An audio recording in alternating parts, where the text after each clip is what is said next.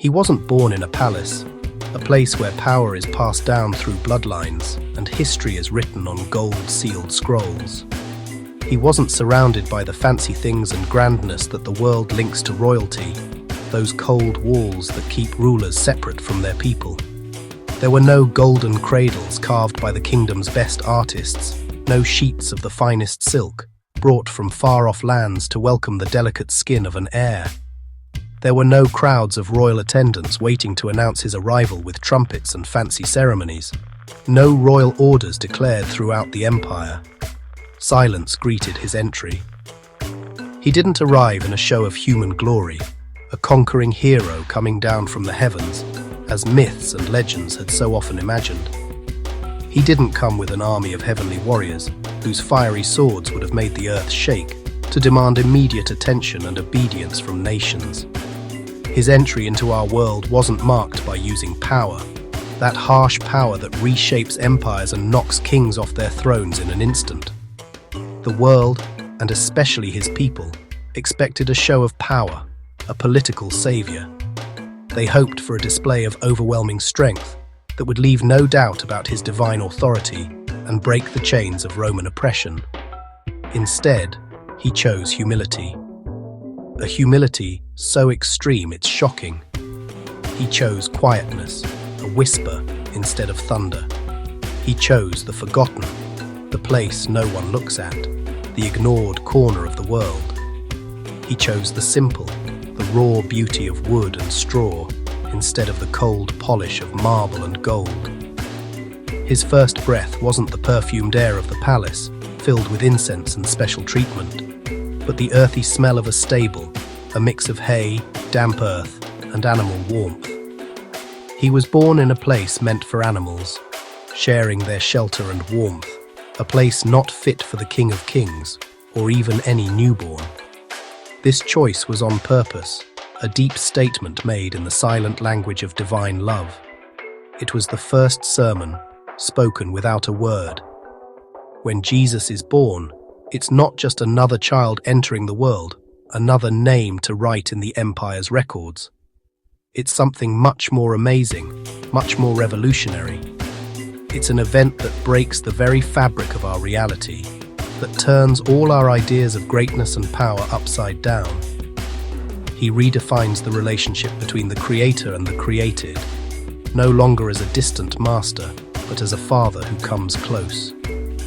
It's a moment that echoes through the halls of history, a whisper that becomes a shout of hope through the ages, with a power much greater than any earthly kingdom could ever have, a power that doesn't destroy, but restores. This event is the great intersection, the crossroads of humanity. It's the point where two very different realities, heaven and earth, the endless and the limited, crash together in a breathtaking display of grace. It's the moment when eternity enters time.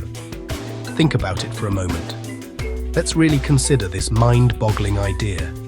Eternity, that dimension with no beginning or end, that knows no past, present or future, that exists outside the unstoppable march of seconds, minutes and years that rule our lives, willingly limits itself within the boundaries of a human life, with its weakness, its limited time, its dependence. It is God Himself, the endless and unknowable architect of the universe, the source of all existence, who chooses to enter human history, not as a distant watcher, but as a main player. He becomes a participant, a character in the story He Himself wrote, exposing Himself to its joys, its sorrows, and its dangers. He comes to walk among us, breathe our air, feel our sun and rain, sharing our fragile existence. This is the central, astonishing truth of the Nativity. The Creator becomes a creature. The immortal tastes mortality. It's a mystery that has captured hearts and minds for 2,000 years, inspiring countless works of art, music, and literature. Today, we're going to explore the depths of this incredible moment, not as just a story, but as a foundational truth. We're going back to that night in Bethlehem, in the quiet and the cold, under the gaze of the stars, to understand why the birth of Jesus Christ didn't just change the course of human history, but redefined the very meaning of love. And most importantly, we'll see why it still holds the power to completely change your life, right here and now, in your own circumstances. Because this isn't just a historical tale to admire from afar, it's a personal invitation to witness a love so deep, it defies all logic and surpasses all expectations. We are on the JM Impact Plus channel, and we invite you to stay with us until the end for a new adventure into the heart of faith, an exploration that, we hope, will touch your soul. Please like, subscribe, and share, so that this message of hope and humility can reach everyone who needs to hear it during this time. To truly grasp the importance of Jesus' birth, to understand how deep the gift it represents it's not enough to just know the story. We need to put ourselves there, to travel in our minds and hearts back in time, to the world as it was at that very moment. A world that didn't yet know it was on the edge of the biggest change ever. Imagine the land of Israel, a nation with a proud and old history, a promised land, woven with miracles and special agreements with God. But at that time, these people chosen by God were suffering under the heavy, unyielding rule of Roman occupation. Being their own boss was just a distant memory, a story the old folks told with a touch of sadness in their voices. The Roman legions, symbols of the empire's iron strength, patrolled the streets of holy cities like Jerusalem, their eagle-stamped flags casting long shadows over people who desperately longed for freedom. Each measured step on the cobblestones was a reminder that they were under control. The emperor in Rome, a man no one had ever seen, was a distant but ever-present power, a self-proclaimed god whose worship was an insult to their belief in one God. His rules and taxes collected without mercy were a constant and shameful reminder of their slavery.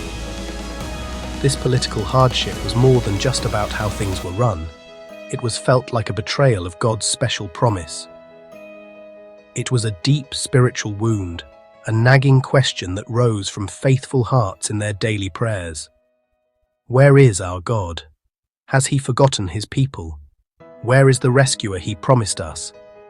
This feeling of being left alone was made stronger by an even deeper, more touching emptiness, a silence that had hung over the nation for centuries, a divine silence.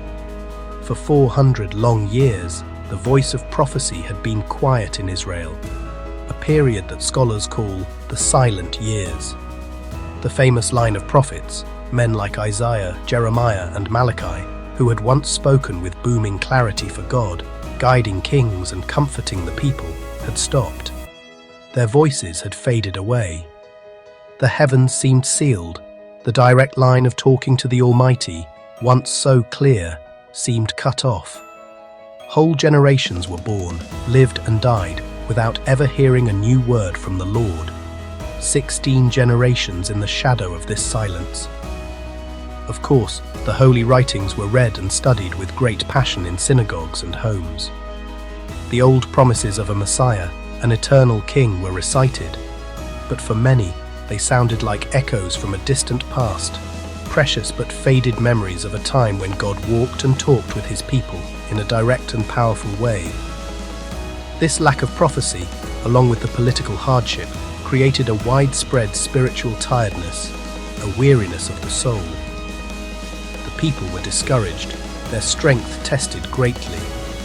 Hope, once a burning fire that had kept the nation going through exile and troubles, had become a fragile, flickering ember.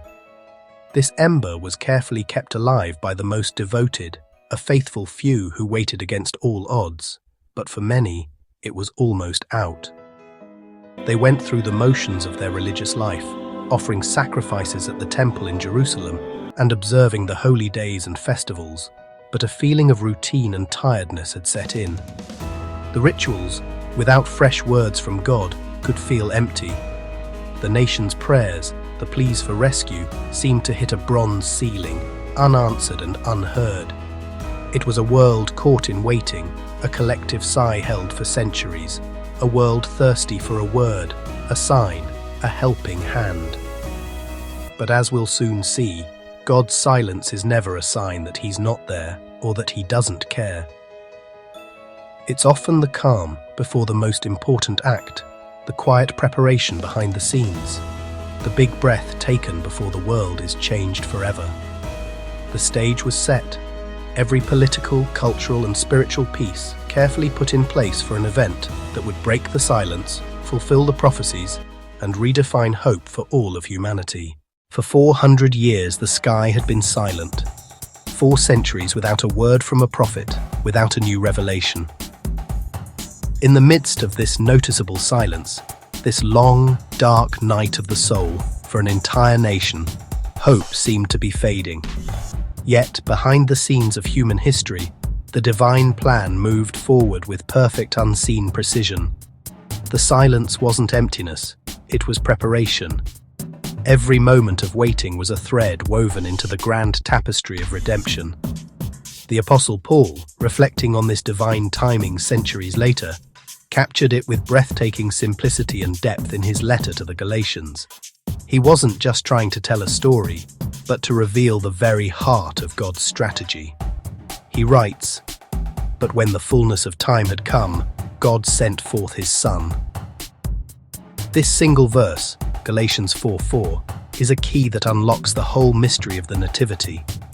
It assures us that Jesus' arrival was neither an accident nor an improvisation. It doesn't speak of a random event or a desperate last-minute intervention, but of a perfectly orchestrated moment, the culmination of all history. The phrase, "the fullness of time," is deeply meaningful. It brings to mind a vase filling drop by drop until it overflows. It suggests a convergence, a coming together of historical, cultural and spiritual currents. The Pax Romana ensured safe roads, the Greek language offered a universal means of communication, and a deep messianic expectation burned in the hearts of the Jewish people. Everything was ready. These elements, orchestrated by an unseen hand, created the perfect environment for God's plan to unfold. Think of it like a master gardener who doesn't plant a precious seed in frozen soil in winter or during a scorching drought. No, he waits for the perfect season, when the soil is ready, the temperature is right, and rains are expected. God, in his infinite wisdom, prepared the soil of humanity to receive the most precious gift. And the choice of location is just as intentional. God could have chosen Rome, a throne, an army. He could have had his son born in an imperial palace, surrounded by the power and glory of the world. But he chose Bethlehem, a stable, a manger, the obscurity of a forgotten village, the simplicity of an animal shelter. The Gospel of Luke states it simply. She gave birth to her firstborn son, wrapped him in swaddling clothes and laid him in a manger, because there was no room for them in the inn. Why? Why this radical humility? Because God doesn't come to impress. He doesn't seek to dazzle us with his power. He comes to draw near. He comes to be with us, in our mess, in our weakness. Jesus is born poor, so that no one feels too unworthy to approach him. The shepherd, the fisherman, the tax collector, the outcast, all are welcome. He is born small and vulnerable, so that no one is afraid to approach him. In that manger lies not a fearsome tyrant, but an accessible saviour, a king whose throne is a feeding trough and whose crown is love. When Jesus is born, the heavens open up, angels speak, God's glory appears, the shepherds are called. I bring you good news. Today, a saviour is born to you. The first witnesses aren't kings, but shepherds. God reveals his grace to the humble. God starts with the forgotten. He will be called Emmanuel, which means God with us. Not God above, not God far away, God with us, in joy, in pain, in the night, in doubt. Jesus' birth tells us one clear thing. God has not given up on humanity. If Jesus was born in darkness, it's to tell you that he can also be born in your confusion, your suffering, your loneliness, your weakness. God doesn't wait for everything to be perfect. He enters into the chaos to bring light there. Jesus' birth isn't just a story, it's a call. God stepped into history. Now, he wants to step into your life. If this truth touches you, write in the comments, Emmanuel, God with us. Subscribe to follow the rest of this big story, because it all started in a manger, but it all leads to redemption.